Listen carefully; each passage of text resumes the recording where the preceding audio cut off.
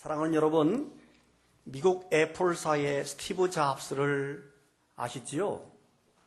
미국의 기업인으로 애플의 전 CEO이자 공동 설립자이기도 합니다. 2011년에 한 5년 전쯤에 너무도 아쉽게도 젊은 나이 57세의 나이로 췌장암으로 사망을 했습니다. 그의 명성과 부는 굳이 말씀을 드리지 않아도 되겠습니다. 다만 아인슈타인, 마틴 루터 킹, 존 레넌 등과 같이 그는 세상을 바꾼 사람이다. 이렇게 사람들은 말하고, 사람들은 그를 21세기의 장인이다 라고 부르기를 주저하지 않습니다. 스티브 잡스가 죽기 전에 남긴 마지막 말, 이렇게 인터넷에 회자되고 있는데, 어떤 사람은 주장하기를 그건 잡스가 한 얘기가 아니고 그냥 다른 사람이 스티브 잡스의 삶을 그렇게 한번 그려본 것이다, 이렇게 주장하는 사람도 있습니다만은, 아무튼 그는 마지막 말을 이렇게 남겼다고 합니다. 나는 사업계에서 성공의 정상에 도달했습니다. 다른 사람들이 나를 볼 때 나의 삶은 최고의 성공입니다. 그러나 이를 떠나서 내게는 기쁨이 없습니다. 지금 이 순간 병상에 누워 나의 평생을 회고하니 내가 그토록 자부심을 느꼈던 명예와 부가 임박한 죽음 앞에서는 별것 아니고 무의미해집니다. 하나님의 숨길과 죽음이 다가오고 있음을 느낄 수 있습니다. 이제 나는 압니다. 부보다 더 중요한 어떤 것을 추구해야 합니다. 논스톱으로 부를 추구하면 사람이 나처럼 삐뚤어져집니다.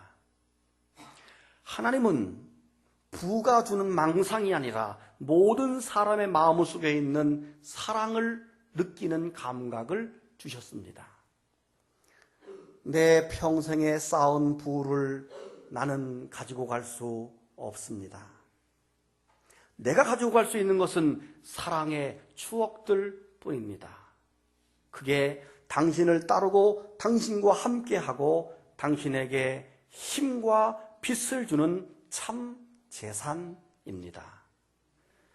바로 지금의 삶의 어느 단계에 있든지 언젠가는 막이 내려가는 날이 반드시 옵니다. 가족을 사랑하고, 배우자를 사랑하고, 친구를 사랑하고, 그 사랑을 보물처럼 간직하십시오. 자신을 대접하고 남들을 소중히 여기십시오. 제가 알고 있기는 이 스티브 잡스는 기독교인이 아닙니다. 일본의 선불교 영향을 받은 불교인입니다. 죽음 직전에 어떤 신앙적 변화가 있었는지 모르지만, 그러나 아무튼 그는 절대자 하나님 신 앞에 어떤 많은 느낌을 가졌다 하는 것을 우리가 이 말들을 통해서 알 수 있습니다. 아무튼 이 스티브 잡스는 엄청난 성공을 이룬 것은 틀림이 없습니다. 그래서 오늘날 많은 사람들은 스티브 잡스처럼 되기를 원합니다. 오늘날 많은 사람들은 스티브 잡스처럼 바쁘게 삽니다. 그리고 어쩌면 우리 모두가 스티브 잡스처럼 정상에 도달하는 것을 우리 인생의 목적으로 삼고 있습니다. 그러나 정작 스티브 잡스는 자기가 살아온 길이 잘못된 길이었다라고 우리에게 말합니다. 그리고 자신은 삐뚤어진 사람이다, 이렇게 표현하기도 합니다. 그러면서 그는 우리에게 사랑하라고 말합니다. 여러분, 트리나 폴러스의 꽃들에게 희망을 이라고 하는 세계적인 동화처럼 만들어진 동화지요. 세계적인 베스트셀러가 있습니다.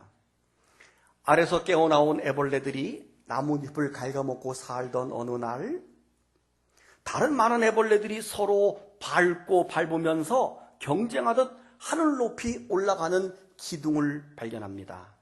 그래서 애벌레들은 그 하늘 꼭대기에 뭐가 있나 보다 싶어서 자신들도 그 대열에 합류해서 밟고 밟히며 정상을 향해 올라가 봅니다. 하지만 아무것도 없다는 사실을 깨닫고 허무하게들 또 한 줄로 내려오고 있습니다. 그러던 애벌레는 자기 인생은 아니죠. 자기 생애의 최고의 목적과 목표는 아름다운 나비가 되어서 꽃을 찾아다니는 것이다 하는 것을 깨닫게 되고 끝내 나비가 되어서 창공을 날아가는 이야기가 이 책의 내용입니다. 사실 이 이야기는 애벌레 이야기가 아니라 우리 인생들의 이야기입니다. 우리 인생들의 목표와 목적이 이 땅에서의 성공이 아니고 높이 올라가는 것이 아니고 사실은 이 땅에 살다가 신령한 몸을 입고 하나님 나라에 올라가서 영광을 누리며 사는 것이 우리 인생의 목표와 목적인 것입니다. 어쩌면 스티브 잡스 역시 한 마리 애벌레처럼 일과 성공을 위해서만 살아왔던 사람이다라고 말해도 될런지 모르겠습니다. 사랑하는 성도 여러분, 우리 인간을 창조하신 조물주 하나님은 우리 인생들이 어떻게 살기를 원하실까요? God is love. 하나님은 사랑이시다. 사랑의 본체이신 하나님께서 당연히 우리에게 원하시는 것은 사랑하며 사는 것입니다. 먼저 우리 인간을 창조하셨던 창조 당시로 거슬러 올라가 보겠습니다. 아담을 창조하신 후 남자 혼자 독처하는 것이 아름답지 않아서 하나님은 여자를 창조해서 그 여자와 함께 아름답고 행복한 사랑을 누리면서 살게 만드셨습니다. 그러니까 에덴 동산은 애초에 사랑의 동산인 것입니다. 여자를 만들 때의 과정을 보게 되면 우리가 더 쉽게 이해할 수 있는데요. 사람은 처음에 아담을 어떻게 만들었죠? 흙으로 형상을 만들어 놓고 하고 생기를 불어넣음으로 사람이 되었어요. 그러면 이제 여자를 만들 때도 흙으로 형상을 만들어 놓고 여자가 되거라. 이렇게 했어야 합니다. 근데 하나님은 남자를 깊은 잠에 빠지게 하시고 그 속에서 갈비뼈를 하나 취해서 갈비뼈로 여자를 만들었습니다. 그래서 아담은 아내를 향해서 내 뼈 중에 뼈요 살 중에 살이로다 라고 고백을 한 것입니다. 이것은 그 이유는 뭐냐면 각각 떨어진 각각 다르게 만들어진 존재가 아니라 원래 한 몸에서 만들어진 너희는 한 몸이고 서로 결합되어지게 될 때 남자와 여자가 결합되어지게 될 때 완전한 사랑을 할 수 있다는 것을 우리에게 알려주기 위해서 남자의 갈비뼈에서 여자를 창조한 것입니다. 한 몸이 된다라고 하는 말 히브리어로 원어를 보게 되면 왜 다바크라고 하는 말을 쓰는데 다바크 앞에 왜가 붙어 있어요. 이 다바크라는 말은 뭐냐면 밀착하다, 달라붙다 이런 뜻이고 왜를 붙이면 그가 밀착해야 한다 이런 뜻이에요. 그가 밀착해야 된다. 질문해 보겠습니다. 여자가 남자에게 밀착해야 되는 겁니까? 아니면 남자가 여자에게 밀착해야 되는 겁니까? 예? 자, 하나님이 그들에게 밀착하라고 그랬어요. 그가 밀착해야 된다. 여자가 남자한테 밀착해야 돼요? 남자가 여자한테 밀착해야 돼요? 아, 그렇죠. 여자가 남자한테 밀착해야죠. 신사임당 같으신 분이십니다. 근데 성경은 원어를 보게 되면 남자에게 너는 여자에게 밀착하라 이렇게 말해요. 죄송합니다. 틀렸어요. 남자에게 너는 여자에게 밀착하라. 왜냐하면 갈비뼈가 없어요. 그래서 미완성이에요. 그녀를 따라가서 그 갈비뼈가 내 속에 들어올 때 밀착할 때 나는 완성, 한 몸이 되기 때문에 그렇습니다. 그래서 남자가 여자를 따라가서 밀착해야 되는데, 그렇기 때문에 남자 여러분, 여러분의 아내가 여러분에게 충고하고 조언하고 사소한 말 한마디도 허투루 듣지 말고 아멘 하고 순종하는 것이 뜻입니다. 그래서 보세요. 그래서 아담이 하와의 선악과를 따먹는 걸 권유받아서 먹잖아요. 남자는 그런 거예요. 여자가 하라면 다 합니다. 그게 창조 원리예요. 결국은 먹지 말라는 걸 알면서도 여자가 조언하고 충고하고 괜찮다고 하니까 덥석 먹는 게 이게 창조 원리예요. 그만큼 남자는 여자에게 밀착하게. 결국 중요한 말은 정리하면 우리 인간은 서로 깊은 사랑의 관계를 통해서 살아갈 때 우리는 완성적인 삶을 살 수 있고 행복할 수 있다는 것을 말씀하는 겁니다. 그러기에 우리 인류는 사실 처음부터 사랑하며 살기만 하면 됐는데 에덴의 행복이 유지될 수가 있었는데 하나님의 명령에 불순종해서 선악과를 따먹음으로 우리 인간 세상에 죄가 들어왔으며 시기하고 질투하고 미워하고 살인하게 된 것입니다. 그래서 노아의 아들대에 벌써 살인이 나타났죠. 아담의 아들대에부터 가인이 아벨을 죽였어요. 그리고 노아의 때에 이미 세상이 어떻게 됐나요? 성경 보십시오. 사람의 죄악이 세상에 가득함과 그의 마음으로 생각하는 모든 계획이 항상 악하다. 그래서 하나님이 땅 위에 사람 지으셨음을 한탄하셨고 마음에 근심하셨다 이렇게 말씀했습니다. 그때에 온 땅이 하나님 앞에 부패하여 포악함이 땅에 가득했다. 이 땅에 있는 혈육 있는 모든 자들의 포악함이 땅에 가득함으로 이렇게 말했습니다. 그래서 하나님은 홍수로 더러워진 인류를 청소하시듯 온 세상을 심판하신 것입니다. 그러면 이 세상이 다시 깨끗해졌나요? 아닙니다. 노아의 가족 8사람으로부터 재출발한 인류는 오랜 세월이 흐르는 동안에 또다시 죄 가운데 빠지게 되었고 바벨탑을 쌓아서 하나님 앞에 도전할 정도로 우리 인류는 또 죄악이 만연한 세상이 되었습니다. 결국 우리 인류는 사랑하며 살라는 하나님의 뜻을 저버린 채 미워하고 시기하고 뺏고 빼앗는 전쟁을 일삼는 악행이 오늘까지 이루어지고 있고 오늘까지 테러와 사람을 목 베어 죽이는 죄를 저지르면서 우리가 살아가고 있습니다. 이제 우리 인류는 다시 오실 심판의 주님을 맞이해야 할 것입니다. 난리와 난리. 이 땅에 지금 난리와 난리의 소문이 가득합니다. 민족이 민족을 대적합니다. 나라가 나라를 대적합니다. 곳곳에서 기근과 지진이 있으리니 이 모든 것은 재난의 시작이다. 지금의 때입니다. 그때에 많은 사람들이 실족하게 되어 서로 잡아주고 서로 미워하고 거짓 선지자가 많이 일어나 많은 사람을 미혹하겠으며 불법이 성함으로 많은 사람의 사랑이 식어지리라.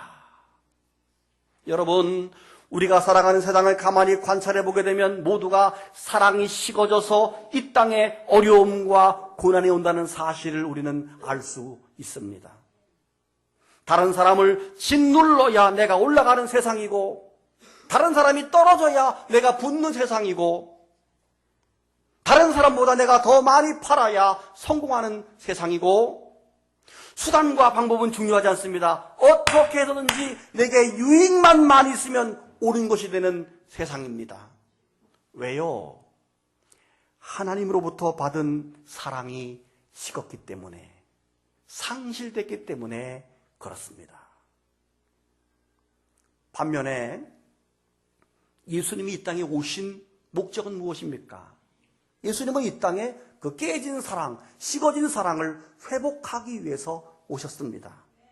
하나님과 우리 인간 사이에 하나님과 우리 인간 사이에 막힌 담을 허물기 위해서 오셨고, 우리 사람과 사람 사이에 막힌 담을 허물기 위해 오셨고, 우리 사람과 자연과의 관계에 막힌 것을 허물기 위해서 주님은 오셨습니다. 에베소서 2장을 보시면 그는 우리의 화평이시다라고 말합니다. 둘로 하나를 만드사 원수된 것을, 곧 중간에 막힌 담을 자기 육체로 허시고 법조문으로 된 계명의 율법을 폐하셨으니 이 둘로 자기 안에서 한 세 사람을 지어 화평하게 하시고, 또 십자가로 이 둘을 한 몸으로 하나님과 화목되게 하려 하심이라. 원수된 것을 십자가로 소멸하시고, 또 오셔서 먼 데 있는 너희에게 평안을 전하시고 가까운 데 있는 자들에게 평안을 전하셨다. 즉 예수님의 오심은 사랑의 회복을 위해서 예수님이 오신 것입니다. 그렇게 오신 주님은 십자가에 달려 들어가시기 전에 우리에게 서로 사랑하라, 그것이 제자가 된 도리다라고 말씀을 하고 있는 겁니다. 오늘 본문의 말씀이죠.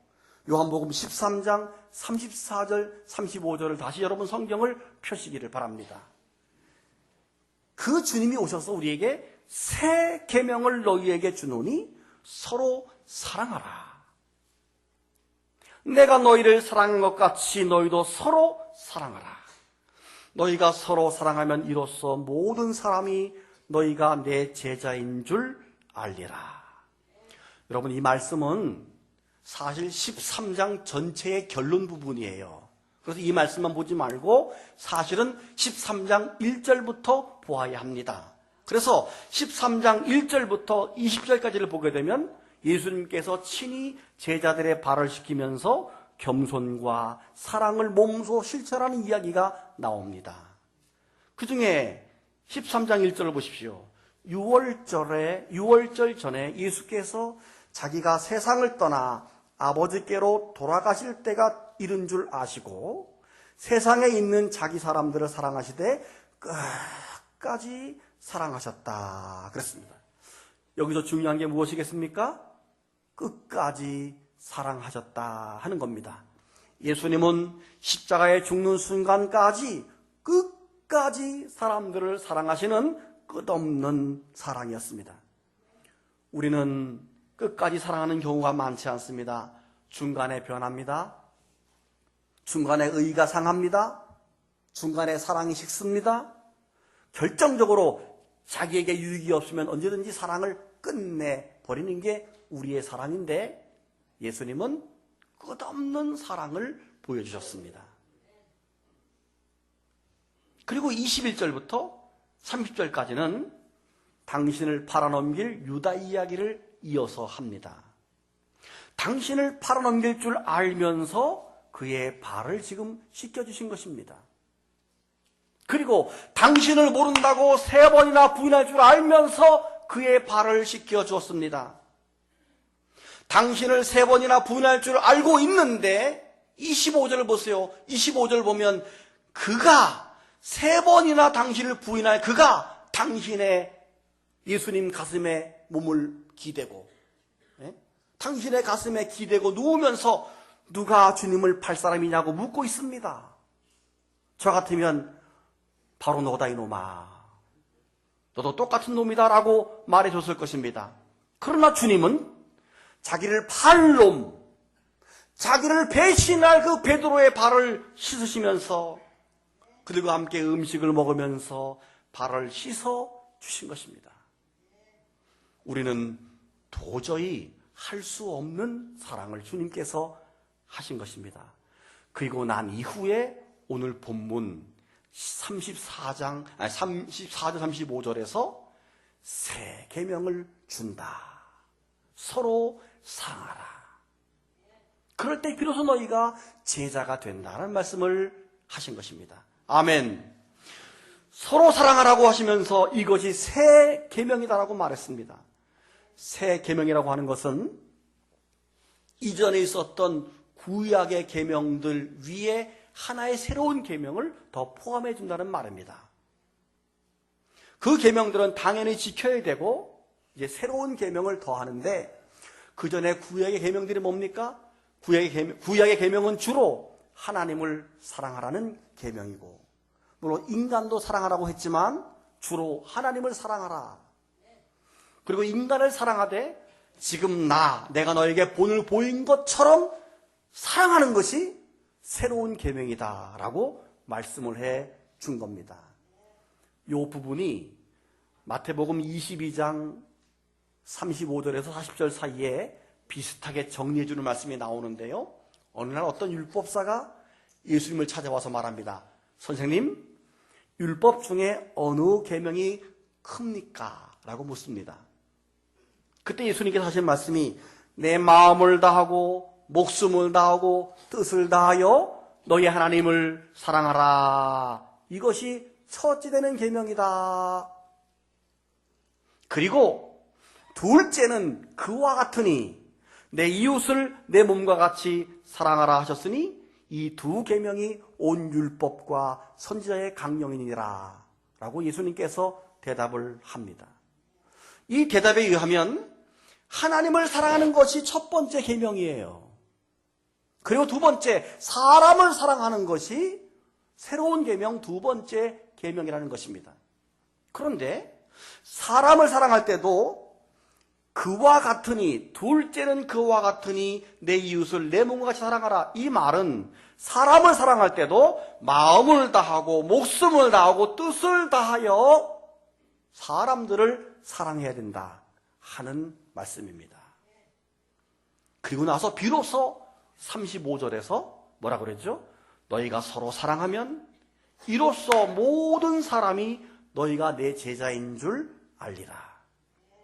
이 말이 무슨 말입니까? 예수님이 몸소 보이신 사랑을 우리가 실천할 때 비로소 세상 사람들이 그 모습을 보고 우리가 주님의 제자인 것을 알게 된다 하는 말입니다. 여러분, 저를 보십시오. 어쩌면 나 스스로가 나는 주님의 제자야 라고 말하는 것은 중요하지 않습니다. 세상 사람들이 당신은 주님의 제자 같습니다 라고 말하는 게 중요합니다. 아멘. 어쩌면 나는 그리스도인이야 중요하지 않습니다. 내가 얘기하는 건 중요하지 않습니다. 다른 사람들이 우리를 보고 당신은 그리스도인입니다 라고 말해주는 것이 더 중요합니다.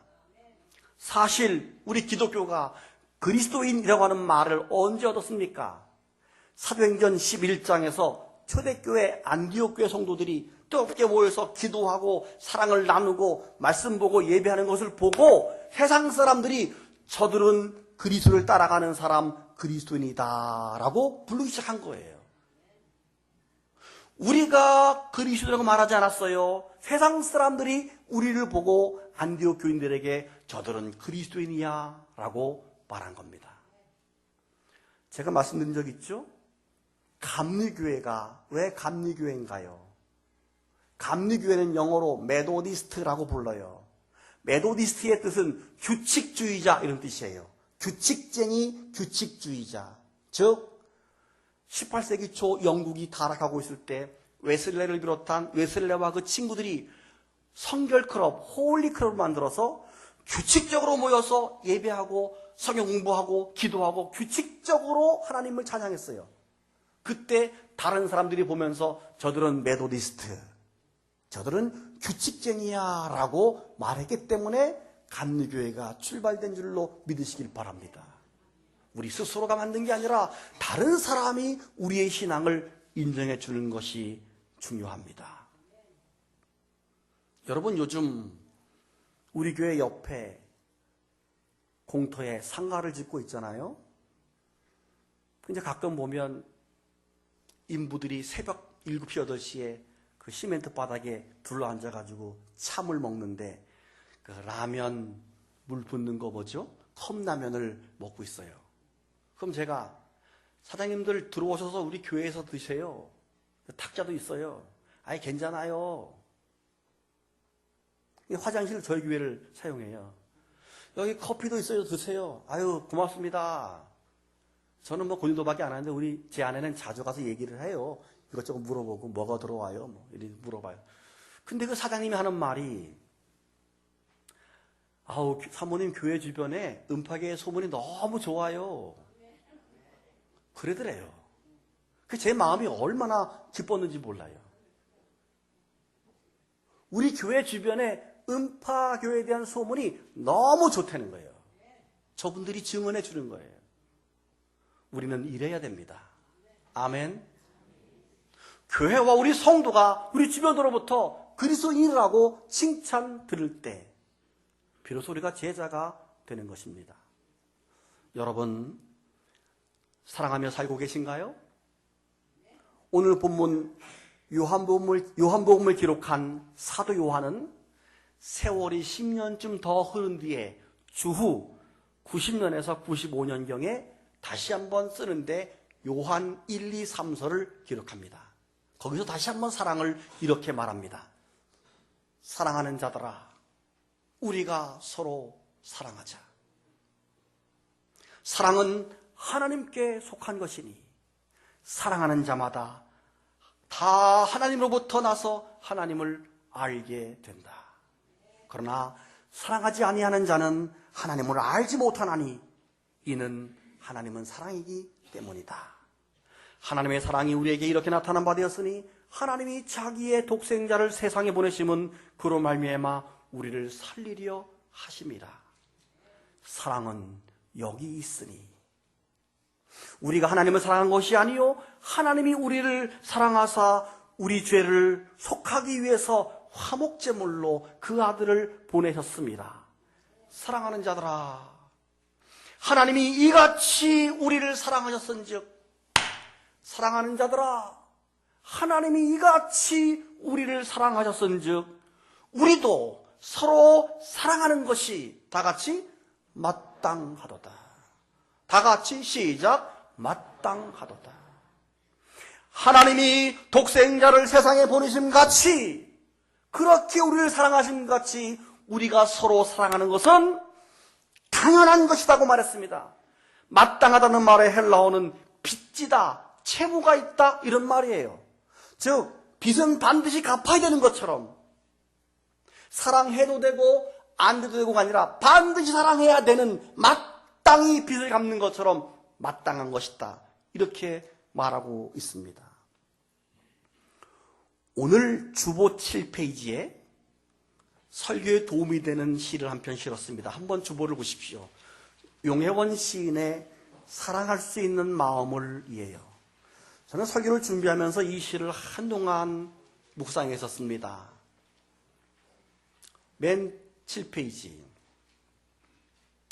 첫 번째 연에서는 당신의 사랑을 갖게 해달라라고 기도합니다. 하나님의 사랑이죠. 두 번째 연에서는 욕심은 버리고 대신 사랑의 욕심을 갖게 해달라고 기도합니다. 3년에서는 살아있는 동안은 열심히 사랑하게 해달라고 합니다. 사랑할 수 있는 시간, 사랑할 수 있는 사람들, 또 사랑할 수 있는 마음을 달라고 기도합니다. 그리고 마지막 연, 네 번째 연이 저는 많은 생각을 했습니다. 목숨이 있는 날 동안 사랑할 수 없는 사람도 사랑할 수 있는 마음을 허락하소서. 여러분, 사랑할 수 없는 사람도 사랑해야 하는 이유가 무엇일까요? 그것은 목숨이 있는 날이 그리 길지 않기 때문입니다. 우리에게 시간이, 우리에게 목숨 있는 날이 그리 길지 않고 우리가 알 수 없기 때문에 우리는 사랑할 수 없는 사람까지도 사랑해야 합니다. 예수님이 사랑할 수 없는 유다를 사랑했고 사랑할 수 없는 베드로를 사랑했던 것처럼, 사랑하는 성도 여러분, 사랑하며 살고 싶지 않습니까? 사랑하며 살기 원하시면 아멘. 사랑할 수 있는 사람은 물론이거니와 사랑하는 가족들, 사랑하는 자녀들 더 많이 사랑하며 사시기를 바랍니다. 사랑하는 교우들 더 많이 사랑하고 정주고 사랑하십시오. 그리고 사랑할 수 없는 사람까지도 사랑할 수 있다면 우리는 진정한 제자가 될 수 있는 것입니다. 그때 비로소 우리는 행복한 에덴을 회복할 수가 있습니다. 눈 감고 묵상해 보십시오.